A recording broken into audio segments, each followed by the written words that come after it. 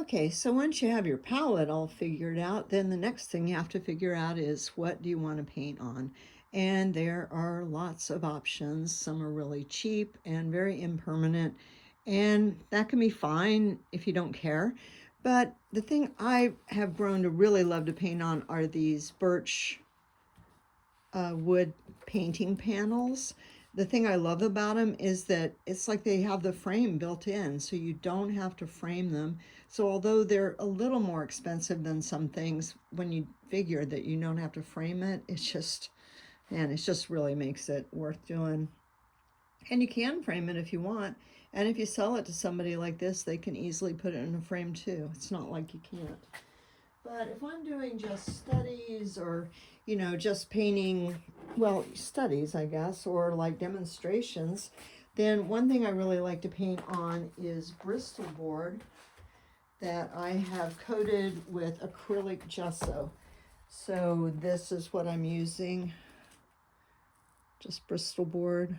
You can use anything else you want. You could use cardboard, although, you got that pesky problem with the corrugation in it, or you could use mat board. And I gave it a coat of acrylic gesso. If you're using mat board, you probably have to coat both sides because otherwise it'll warp, but this paper is not going to warp. And I used a 2-inch brush and I put it on pretty heavy, but you could do anything you wanted. You could roller it on, you could do it really smooth, you could do 2 coats and sand it. It's just whatever you want. You could stipple it, whatever you want it to have kind of texture underneath. And then I really do not like the colored tape because it bugs me. So I'm just using regular masking tape. And let's see, I can't figure out how to get my knee up under this. What you can do is you just take your masking tape, and if you have on jeans, you just tap it lightly to your jeans, and that takes some of the stickiness off. And then you don't have the problem you sometimes have with masking tape that it won't come off. And I try to put it on as even as I can, just with this little 1/4-inch edge.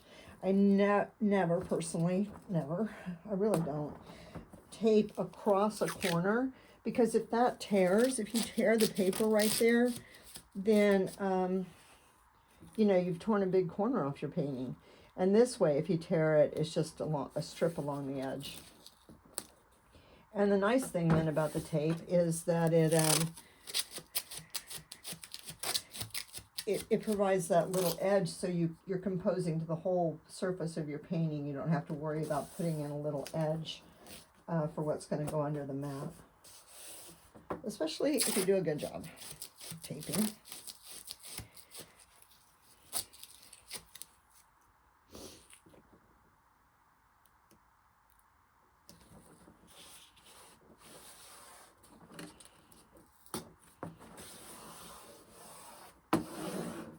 All right, just like that.